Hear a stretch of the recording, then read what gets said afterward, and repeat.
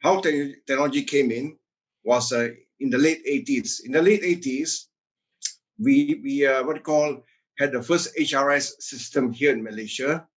So it actually revolutionized our payroll system. So just before that, what you call payroll was done very mundanely. You had the punch card systems, then you had the payroll clerks and supervisors literally counting manually what the earnings and so forth of the employees. Then security guards have to also be employed, because at the end of the month, payroll or mid-month, payroll will be given to the workers, and the workers would actually be given envelopes of cash. And they have to count and sign off that it's true and correct. So it was a very tedious task. So this is where technology comes in. Technology through HRIS, essentially the employees use barcode system, they clock in, the system actually has been programmed with parameters of how payroll should be counted, and it made life very simple. So by the 1990s, payroll was essentially a what you call day-to-day accepted practice here in Malaysia and also in many Asian countries. So what happened was 1990s was a continuation of HR, technology, and then actually when I started doing my regional roles, I was based in Indonesia, Singapore, and Cambodia at the turn of the century onwards. So we had to embrace technology.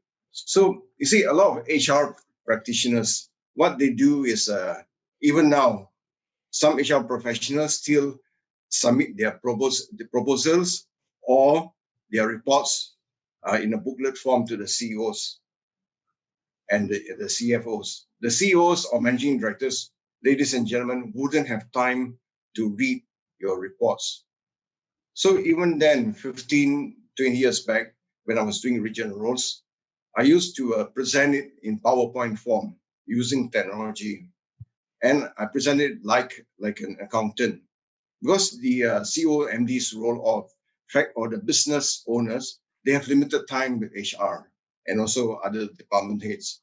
So what I did was a PowerPoint presentation straight to the point, backed up by facts and figures. And if the MD or the owners wanted to double check, I would have all the figures ready to support me. So, and then usually after the year 2000, I also use a lot of HR analytics and big data. So at the end of the day, management would actually look, okay, what's the ROI, what's the ROE on on my investments? So HR's report shouldn't just be all the normal, say, day of the meal data like MC rate, absenteeism. Yes, it's important. But what's important, ladies and gentlemen, is the impact onto into the pockets of the organization. So you have to do costings, and this is where HR actually can shine. If you think about it, ladies and gentlemen, why it's a fact even right now, when there's a senior management meetings, why does the accountant or the CFOs get the limelight? They're very smart people. They get data from HR over time and so forth. And for example, operations, all your industrial output. They also get from marketing, what the sales and so forth, purchasing, all that. So they put all the data into they have their own templates and present it to the CEOs and MDs. HR can actually do that. So I would actually urge HR professionals right now, it's not too late. Please use analytics and big data. Of course, we have limited time on this. Most of you might be using it already. So technology, and now what we have done is even 10 years ago, around 2009, 2010, even for recruitment, ladies and gentlemen, the larger companies, SMEs, maybe now some have able to afford it.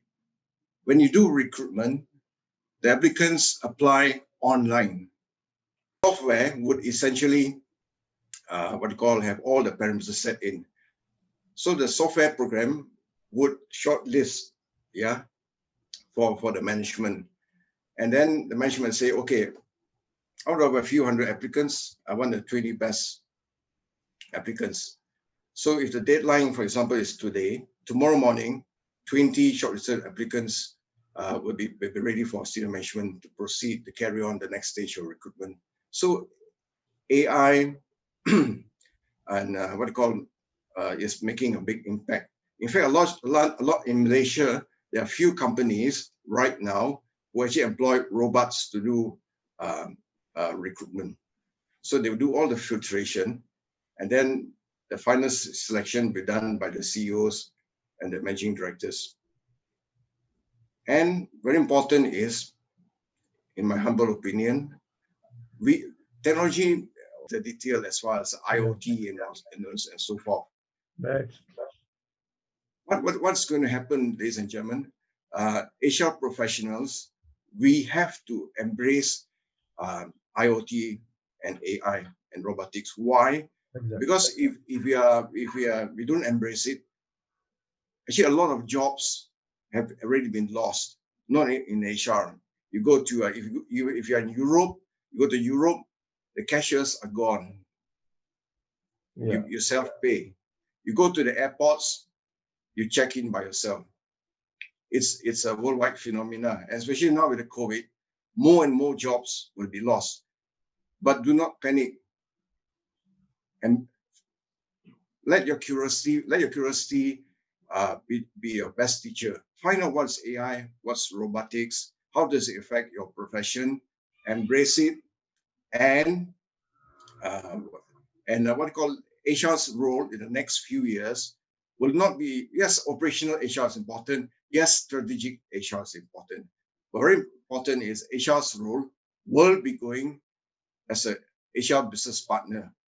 This is where HR professionals will act as being business partners, as advisors to the C-suite, to the CEOs, to the CFOs, because your decisions, your analytics, and your data will help the senior management make strong and viable business decisions based on your inputs. So this is where I personally feel HR has a great future, but definitely with a large element of IR 4.0. Okay, hardware and software on technology is extremely important, but equally important, in my opinion, or MIHRM opinion, is the individual. Essentially, the mindset. So we have to, as HR professionals or any professionals, we have to what I call a paradigm shift. What we are used to accustomed to our normal working life, we have to change with the times. We have to embrace technology. Even now we're talking about IR 4.0, great. AI, robotics, IoT, and so forth. But in Germany and Japan today, they have a IR 5.0. Yes. Essentially, 5.0 means machines or robots working together with human beings. So we have to bring ourselves up to speed, embrace IR 4.0, and then move on. Us as a country, Asian country, will be left behind the Western powers. Actually, the SMEs should try to lobby to get some kind of budget or grant from the government. Essentially, in the area of digitalization, you have to digitalize your records. A lot of SMEs, form almost 99% of companies. They employ 70% of the workforce, and they contribute about 38% to GDP. So these are statistics which a lot of citizens are not aware of. They are very important. The only trouble is they don't have deep pockets or resources of the MNCs or the GLCs or government bodies. So funding is a very important area. And actually, what they could, there are some free packages on the web where you can actually download and do some what you call basic forms of digitalization. You have to because at the end also what you call analysis, all that can be done. So because at the end, even as SMEs, the management have to make business decisions. So digitalization it would be a good starting point. At MIHRM, we use virtually those days, pre-COVID-19, all our lectures were all classrooms, face to face. But now with COVID and all the SOPs on social distancing and so forth, we have to change, even MIHRM, we have to change our business model. So we're going on to e-learning. So we have derived quite a lot of revenue. For example, like recently, Mr. Ari, our president, has spearheaded our certified HR programs for Nila University. He took the lead, and now as we speak, next month in November, we're going to start e-learning programs for UniKL, University Kuala Lumpur. So these are areas we have to reinvent ourselves. If we stay back, we use methods which serve us well last 30, 40 years, we won't survive. So we have to be innovation. Technology will have some negative impacts. For example, definitely there'll be many employees would actually lose their jobs. That's for sure. It's actually happening worldwide. It's shared with you in the airports, supermarkets, and so forth. Even universities will be impacted because and another thing about now we're on 4.0. Actually, 5.0 carries with it a very heavy and dangerous side effect because 5.0 is it's if I'm not mistaken, what called a few hundred times faster than 4.0. So it may actually it may actually affect our brain cells from a health point of view. Actually, what worries our dear President Donald Trump, Huawei, talking about 5.0, it has the capability, I'm not a defense expert or what, but it has the capability, without firing a bullet, technology can actually disable another country's armory. All the digital systems can actually stop functioning. In fact, that's what the Americans did to one or two Iranian, what you call military points. But it has its disadvantages as well, and hopefully it doesn't bring us to brink of war worldwide. Actually, as we speak, a lot of HR jobs are outsourced: security, payroll, training. Even some companies virtually outsource the whole HR department. Yeah. So we have to move in the direction as HR business partners, where HR professionals act as advisors to the CEO. And HR professionals must not only know HR. Ladies and gentlemen, please equip yourself not only with technology, but a bit with finance as well.